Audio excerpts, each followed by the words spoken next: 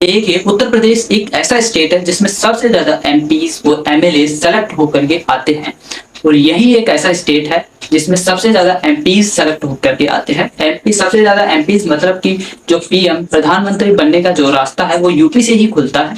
यही कारण है कि जो आज तक जो 15 पीएम रहे हैं उनमें से 9 पीएम यूपी से ही रहे हैं। आपने लोकसभा में देखा होगा कि जो बड़े बड़े नेता हैं ये किसी न किसी तरह से उत्तर प्रदेश से अपना संबंध जोड़ते रहते हैं।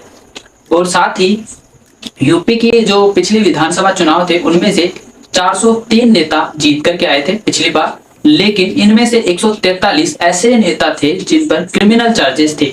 और ये चार्जेस ऐसे नहीं थे कि किसी ने आरोप लगा दिया या एफआईआर है, ये ऐसे चार्जेस है जो सुप्रीम कोर्ट में फ्रेम हो चुके हैं और पुलिस वहां पर गई है, इन्वेस्टिगेशन की है और उनको वहां पर एविडेंस मिले हैं। साथ ही वहां पर एविडेंस के साथ ही वहां पर उनको आई विटनेसेस भी मिले हैं। अब आप देखिए कि जब भी हम आईपीएस, सीपीएस या फिर किसी भी एग्जाम, गवर्नमेंट एग्जाम की तैयारी करते हैं और हमें से किसी पर आरोप लग जाता है तो हमें ऑफर लेटर तक नहीं आता, यहाँ तक कि हमें प्राइवेट जॉब करने के लिए भी मुश्किलें झेलनी पड़ती है। लेकिन इन नेताओं के लिए ऐसा कोई सिस्टम नहीं है, ये आराम से राजनीति कर सकते हैं, इनके लिए कोई दिक्कत नहीं है। फिर इन क्रिमिनल्स को टिकट कैसे मिल जाती है और इससे भी बड़ी बात है जीत कैसे जाते हैं। अब देखिए, ये जो क्रिमिनल है ये पावर और मसल्स का परफेक्ट कॉम्बिनेशन होते हैं, पावर मनी का परफेक्ट कॉम्बिनेशन है। अब जब इलेक्शन होते हैं तो नेताओं को फ्री की शराब बांटनी होती है, पैसे बांटने होते हैं या फिर और भी बहुत सारे काम होते हैं, जैसे प्रचार प्रसार में जो पैसे लगते हैं इनके लिए जरूरत पैसों की होती है। अब कोई भी नेता अपने अकाउंट से जीएसटी कटवा करके तो इन पैसों को देगा नहीं। अब इनके लिए जरूरत होती है ब्लैक मनी की, और ब्लैक मनी मिलती है इनको इन क्रिमिनल से।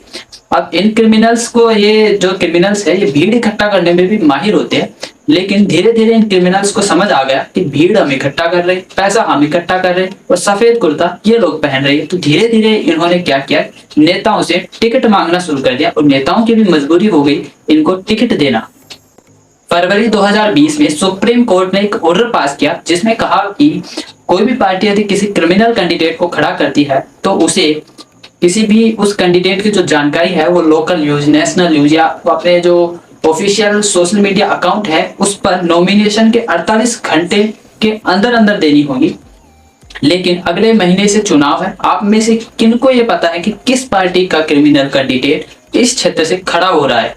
यह बात किसी ने मानी ही नहीं, किसी पार्टी ने यह बात नहीं मानी और ना ही यह चीज लागू होने दी। आप इनके किसी भी सोशल मीडिया अकाउंट को देख ले, किसी भी लोकल न्यूज़पेपर को उठा लीजिए, नेशनल न्यूज़पेपर को उठा लीजिए, लेकिन किसी में यह चीज नहीं मेंशन होगी। और इसी को देखते हुए साल 2021 में एडवोकेट ब्रजेश सिंह ने सुप्रीम कोर्ट में एक केस फाइल किया जिसमें कहा कि ये जो पार्टीज है ये अपने क्रिमिनल कैंडिडेट के बारे में छुपा रही है लोगों से। तो इस पर जो सुप्रीम कोर्ट था उसने उनकी जो पीआईएल थी उसको एक्सेप्ट भी किया और सुप्रीम कोर्ट ने इन्वेस्टिगेशन शुरू की। और इन्वेस्टिगेशन में पाया गया कि इन सारी पार्टियों ने साल 2020 के हुए चुनावों में अपने क्रिमिनल कैंडिडेट की जानकारी लोगों से छुपाई है। इसको देखते हुए अब आप सोचिए कि जो सुप्रीम कोर्ट होगा था उसने क्या किया होगा।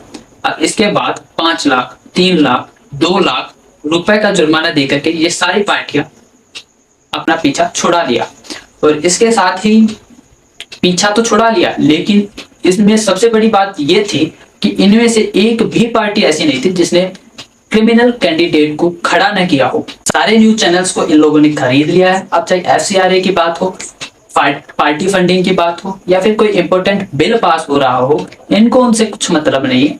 इनको बस अपने चैनल पर यह दिखाना है कि पाकिस्तान तेरे टुकड़े होंगे, इसके अलावा कुछ नहीं। आप देखोगे कि जो ज्यादा हिंदू मुस्लिम करते हैं या फिर दंगों में सबसे आगे रहते हैं, घर पर बिल्कुल खाली पड़े होते हैं, नकारा होते हैं, ढीठ होते हैं, ये जब भी बाल कटवाने जाते हैं तो इनके बाल कटने के बाद जो बाल कटने के पैसे हैं वो इनके पिताजी आकर के दे करके जाते हैं। अब कोई भी जो मीडिया चैनल है, मीडिया है या न्यूज चैनल है, ये आपको नहीं बताएगा कि किस पार्टी का कैंडिडेट क्रिमिनल है, किसका नहीं। ये आपको खुद रिसर्च करना होगा।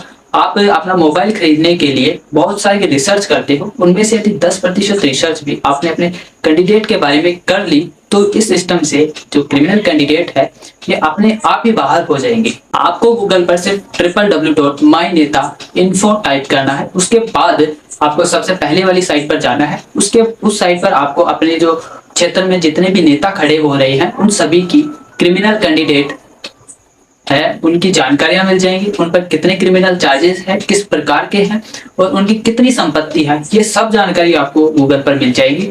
आप एक बार अपने जो कैंडिडेट है उसके बारे में सर्च जरूर करना।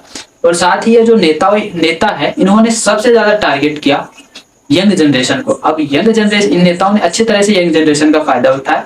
ये नेता लोग जानते थे कि यंग जनरेशन इस वक्त वोट वाले दिन वोट तो देने आएगी नहीं, क्योंकि इनको अच्छे तरीके से पता है young generation OTT platform, YouTube या फिर नेटफ्लिक्स जैसी चीजों में व्यस्त रहती है, तो वो वोट देने आएंगे नहीं। और इन्होंने टारगेट किया महिलाओं को और 50 से ज्यादा उम्र वाले लोगों को, और उनसे वोट कैसे निकलवाया जाए इन्होंने उस पर ध्यान दिया। आप देखोगे कि जब भी एजुकेशन की बात आती है या फिर स्कॉलरशिप की बात आती है या फिर किसी भी जो यंग जनरेशन इनके सेक्टर में बात आती है, तो ये नेता लोग उस पर ध्यान नहीं देते। लेकिन जब भी 50 से ज्यादा उम्र वाले लोगों की बात आती है, जैसे पेंशन हो गई या फिर किसी प्रकार का खाद्य सुरक्षा योजना हो गई या फिर जो मन नरेगा या फिर ऐसी कुछ भी योजना हो गई, इन पर ये लोग सबसे ज्यादा ध्यान देते हैं, क्योंकि इनको पता है कि अंत में जाकर वोट इनको इन्हीं से मिलना है, ना कि यंग जनरेशन से। आपके घर के अंदर यदि आपके माता पिता बहुत जोर से बीमार है, तो आप चाहे कितनी ही दूर क्यों न हो, आप अपने घर जरूर जाते हो। आप वहां ये नहीं कहते कि मेरे अकेले के जाने से क्या होगा, आखिर में आकर के इलाज तो डॉक्टर को ही करना है, क्योंकि वहां पर आप अपने माँ बाप को अपना समझते हैं, इसलिए ऐसा करते हैं। और जो लोग अपने देश को अपना नहीं समझते, वो लोग ये कहते हैं कि मेरे अकेले के वोट करने से क्या फर्क पड़ेगा। अब युवा आगे आएगा तभी तो देश बदलेगा।